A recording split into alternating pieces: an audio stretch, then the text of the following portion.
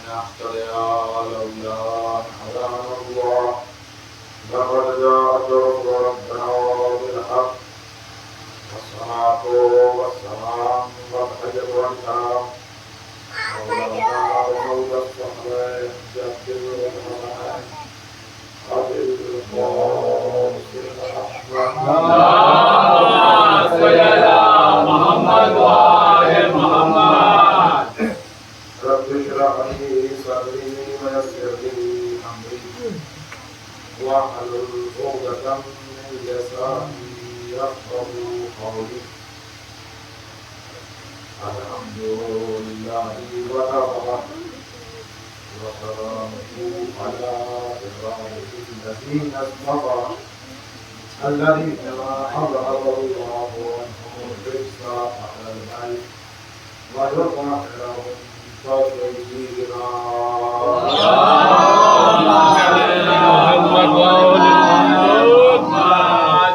أما بعد فقد قال الله تعالى في حديث قدسي رؤيا عن محمد باقر عليه السلام: بسم الله الرحمن الرحيم. اللهم ارزقني شفاعة الحسين يوم الخلود وثبت لي قدم عاقبته إنك مع الحسين وأصحاب الحسين الذين بذلوا وحدهم دون الحسين عليه السلام. اللهم صل على محمد وآل محمد. کیونکہ نماز پڑھی وقت آنے والا ہے اور مجلس سے بھی لگاتار ہے، تو ذرا دیر کی ہمت نہیں دیکھنی ہے آپ کو، اور مجموعہ دیکھ کے یہ لگ رہا ہے کہ سب سوال لگ رہا ہے کیا صحیح کمانا چاہ رہے ہیں. سبحان اللہ. یہ سلوک ہونے لگا اس سے، لہذا جو ثواب فرش اللہ کا ہے وہ ثواب کہیں اور نہیں ہے. فرش اللہ پہ آؤ تاکہ وہ ثواب لے کے جاؤ جس کو ہمیں فخر ہونا چاہیے کہ یہ وہ ثواب ہے جو کسی قوم کے پاس نہیں ہے.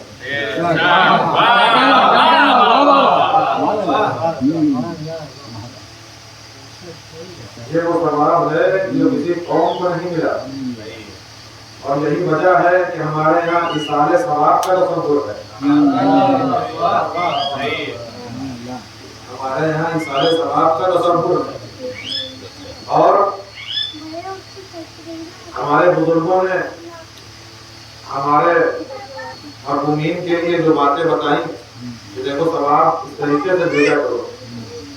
اگر چاہتے تو اصال ثواب کے لیے نمازیں پڑھوا سکتے تھے، پڑھوائی جاتی بھی ہے، روزے بھی رکھوائے جاتے ہیں، لیکن عام طور سے جو رائج ہے وہ کیا ہے کہ مجلس برپا کرو اور اس کا ثواب مرحومین تک پہنچا.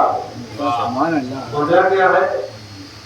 ہمارے بزرگوں نے بڑے دور سے سوچی. وجہ کیا ہے؟ وجہ صرف یہی ہے، نماز پڑھو گے لیکن قبول ہوئی کہ نہ ہوئی یقین نہ رہے گا.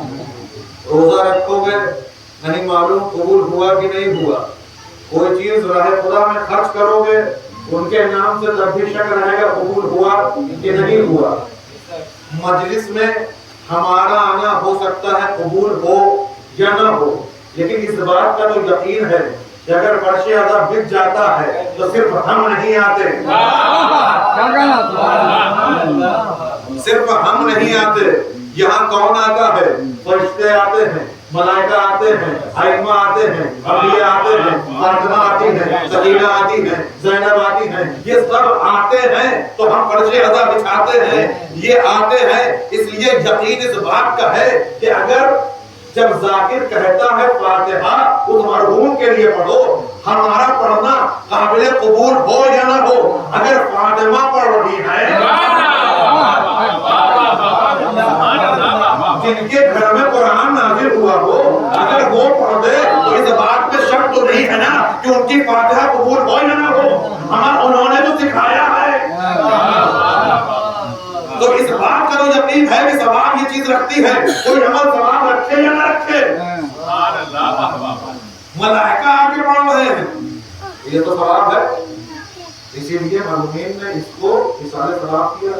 دیکھو یہ مجلس عزا جشری اصال ثواب کرو، کیونکہ اس میں تمہیں یقین ہے کہ کوئی بستی آئی ہے جو پڑھ رہی ہے فاتحہ، ہم پڑھیں یا نہ پڑھیں وہ ضرور پڑھیں گی، تمہارے الفاظ صحیح ادا ہو یا نہ ہو، وہ کرتا ہے تمہارا تلفظ صحیح نہ ہو، لیکن اگر فاطمہ پڑھ دے، ملائکہ پڑھ دے، آنے والی ہستیاں پڑھ دے، تو لہذا یقین ہے کہ جو ثواب اس سے پہنچے گا مرحومین تک، وہ دوسری چیز سے نہیں پہنچ سکتا۔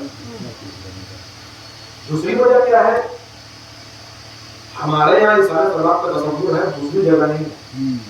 ثواب کی بات میں اس لیے کہہ رہا ہوں کہ شروعات ثواب سے ہو گئی ہے، شروع ہو چکی ہے، اس لیے اسی گفتگو کو اور آگے مزید تکمیل تک پہنچانے کی ذمہ داری اب ہماری ہے۔ میرے سینئر نے شروع کیا، اسے تمام ان کا جونیئر کرے گا۔ دوسری جگہ اصال ثواب کا تصور نہیں پایا جاتا، آپ کے یہاں پایا جاتا۔ وجہ کیا ہے؟ وجہ یہ ہے کہ بھیجی وہ چیز جاتی ہے جس کے ہونے کا یقین ہو، یعنی جہاں ثواب ہوگا وہی تو بھیجے گا، یا تو پہلے سے انہیں یقین ہے کہ ہمارے عمل کا ثواب ہی نہیں ہے، بھیجے تو بھیجے کیا، ہمیں تو یقین ہے۔ اور ایک وجہ اور ہے، جب اصال ثواب کیا جاتا ہے یا کسی چیز کو بھیجنا ہوتا ہے تو کسی نہ کسی وسیلے کی ضرورت پڑتی ہے۔ توجہ جا رہا ہوں، وسیلہ مثال دے دوں آپ کو، آپ کا کوئی رشتہ دار مثلا دلی میں رہتا ہے، آپ کا بچہ ہاسٹل میں رہتا ہے، یہاں سے ایک شخص دلی جانے والا اٹھا، اب میں دلی جا رہا ہوں، باپ نے کہا میرا بیٹا وہاں رہتا ہے، لہذا یہ کچھ اچار ہے، اس کو وہاں تک پہنچا دینا، وہاں تک پہنچا دینا۔ آپ کسی ایرے غیرے کو نہیں تھمائیں گے، ایسے کو تھمائیں گے، ایسے کو سامان دیں گے جس کو دلی پتہ ہو کہ کہاں ہے، اور اسے دلی کے استعمال کرنے سے سوال دیتے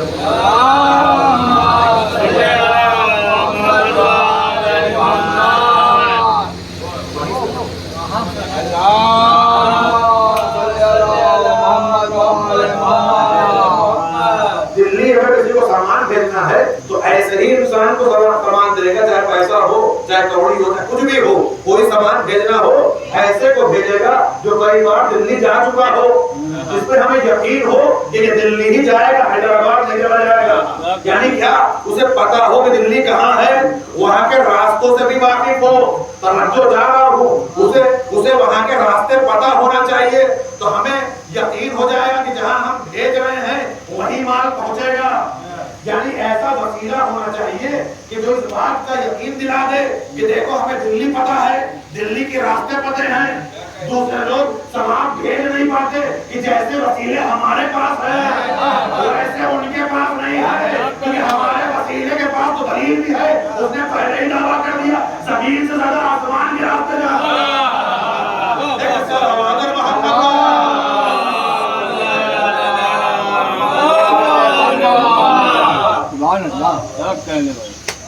ایک تو یہ ہو گیا کہ آپ پہلے ایسے انسان کا انتخاب کرتے ہیں جس کو راستہ پتہ ہو۔ دوسری شرط کیا ہوتی ہے؟ ایسے پر ڈھونڈتے ہیں، ایسے پر ڈھونڈتے ہیں، ایسا نہ ہو 10,000 بھیجے پہنچتے پہنچتے 5,000 ہو جائے، ایسے وہ ڈھونڈتے ہیں کہ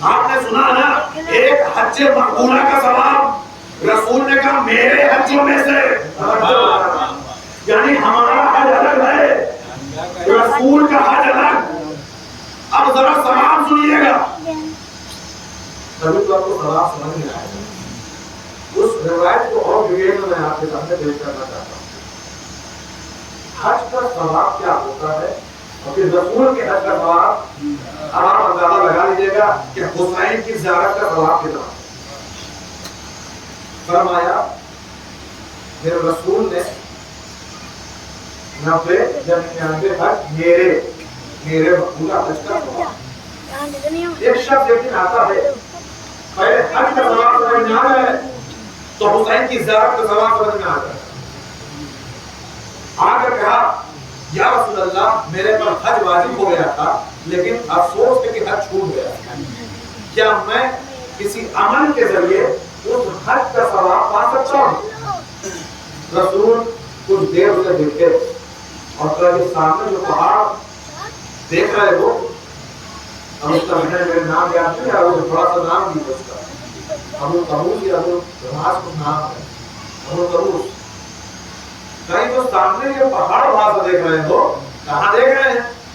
اگر یہ پورا خداوند اعلیٰ جس کو سونے کا بنا دے اور تمہیں دے دیا جائے اور تم سارے سونے کو اللہ کی راہ میں خرچ کر دو، جو ثواب ملے گا تب بھی تمہارے حج کے ثواب کے برابر نہ ہوگا، یعنی حج کا ثواب پا نہیں سکو گے۔ اگر ایک پہاڑ سونے کو بھی اللہ کے راہ میں خرچ کر دو تو حج کا ثواب پا نہیں سکتے۔ یہ کون سے حج کا ثواب ہے؟ ایک عام آدمی کے عام حج کا ثواب، عام آدمی کے عام حج کا ثواب اتنا ہے کہ ایک پہاڑ سونا بھی خرچ کر دو تو ثواب حاصل نہیں کر سکتے حج کا۔ اب رسول نے کہا جو حسین کی زیارت کرے گا میرے حجوں میں سے حج کا ثواب۔ ہمیں تو نہیں معلوم کہ رسول کے حج کا ثواب کتنا ہوگا، اندازہ لگایا جا سکتا ہے۔ ایک عام آدمی کے حج کا ثواب ایک پہاڑ جیسے سونے کا ہے، رسول کے حج کا ثواب کتنا ہوگا؟ کوئی بتا سکتا ہے رسول کا حج کتنا ثواب رکھتا ہے؟ رسول کی نماز کتنا ثواب رکھتی ہے؟ کوئی بتا نہیں سکتا۔ کیوں؟ جو کہیں لکھا نہیں ہے کہ رسول کے روزے کا ثواب کتنا ہے، رسول کے حج کا ثواب کتنا ہے، رسول کے نماز کا ثواب کتنا ہے، تمہیں کہیں لکھا نہیں ملے گا، لکھا نہیں ملے گا۔ اب ہم کہاں ڈھونڈے؟ شاید اب وہاں مل جائے جو رسول تو نہ ہو لیکن رسول جیسا ہو، توجہ جا رہا ہو، رسول نے جس کو اپنی جگہ بٹھایا ہو۔ اب چلو دیکھیں اس کے عمل کا ثواب کتنا ہے تاکہ پتہ تو چلے کہ رسول کے حج کا ثواب کتنا ہے۔ ہم اندازہ تو لگا لیں۔ عزیزوں ہم نے علی کی زندگی کو دیکھا، کہیں ثواب دکھا تو نہیں، کہیں لکھا ہو کہ علی کی نماز کا اتنا ثواب، علی کے حج کا اتنا ثواب، کہیں لکھا نہ ملے گا، کہیں نظر نہ آئے گا۔ اندازہ کیسے لگائیں؟ اندازہ لگانا آیا، آؤ جنگ خندق میں آ کر دیکھو علی کی ایک ضربت عبادت ثقلین پر بھاری ہے، جس کی ضربت عبادت ثقلین پر بھاری ہو اس کی نمازیں کتنی بھاری ہے، اس کے روزے کتنے بھاری ہے۔ ایک سلامات محمد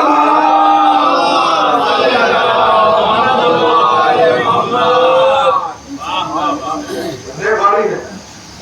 اب آپ نظر لگائیں رسول کی نماز کتنی وسیع ہوگی، رسول کا روزہ کتنا وسیع ہوگا، رسول کا حج کتنا وسیع ہوگا۔ رسول نے فرمایا میرے حجوں میں سے، میرے حجوں میں سے۔ اب رسول کا حج ہو اس بات کی تو گارنٹی ہے یہ مقبول ہے۔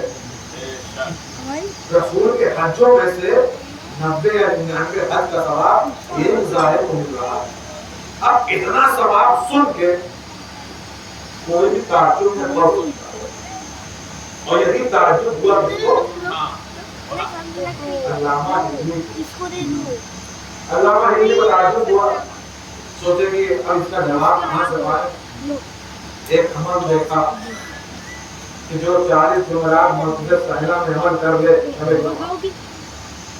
اس کا دیدار امام کا دیدار ہو سکتا، ملاقات امام زمانہ سے ہو۔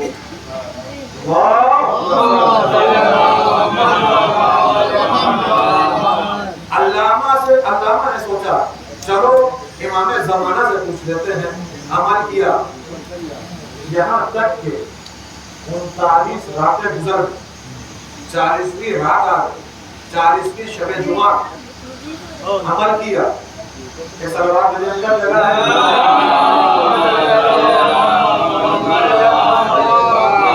کچھ لوگ یہاں بیٹھ سکتے ہیں، پنکھا بھی ہے، پنکھے کی ہوا بھی ہے، آ سکتے ہیں۔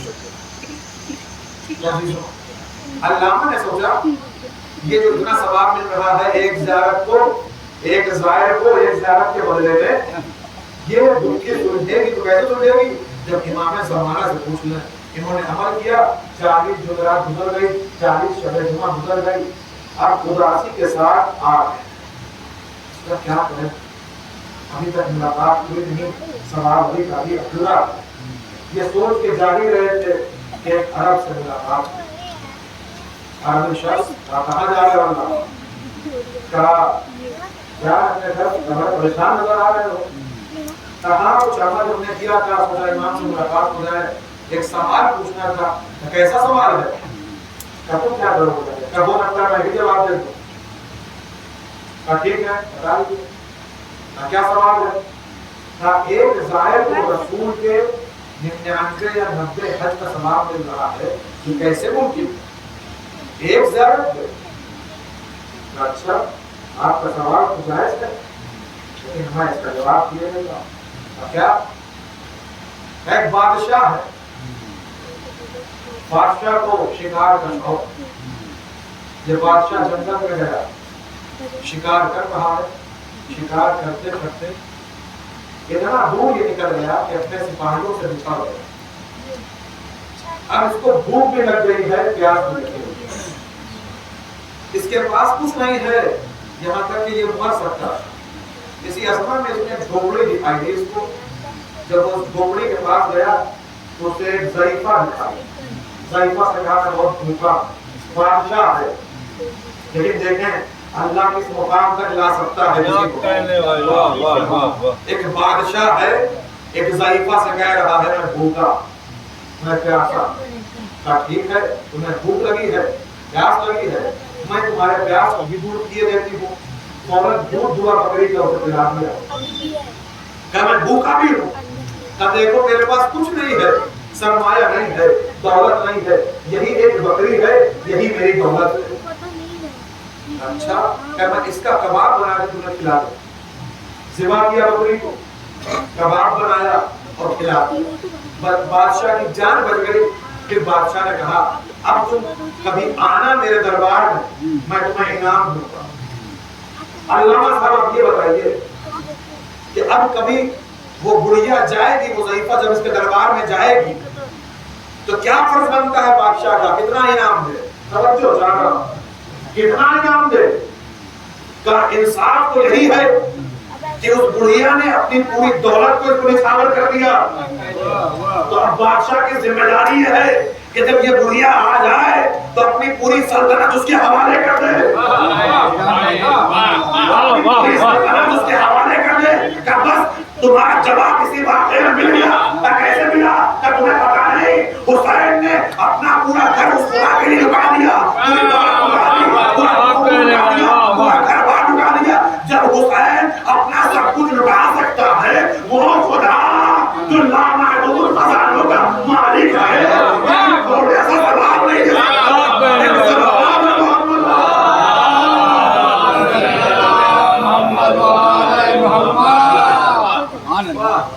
تو ہمیں تعجب کرنے کی ضرورت نہیں ہے۔ ثواب کیسے ابو بلا رہے ثواب تو وہ دیتا ہے، ابو تمہیں بلا رہے ہیں۔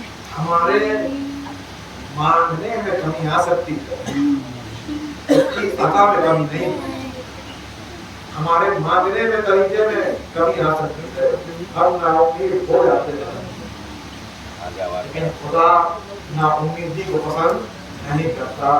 ناامیدی شرک ہے، گناہ ہے، انسان کو کبھی ناامید نہیں ہونا چاہیے، اور اس خدا سے جس خدا کے ہاتھ میں ساری دنیا کا اختیار ہے، لامحدود مالک ہے، ہر چیز اس کے اختیار میں ہے، انسان اس چیز سے اپنے درد کو نہیں کہتا،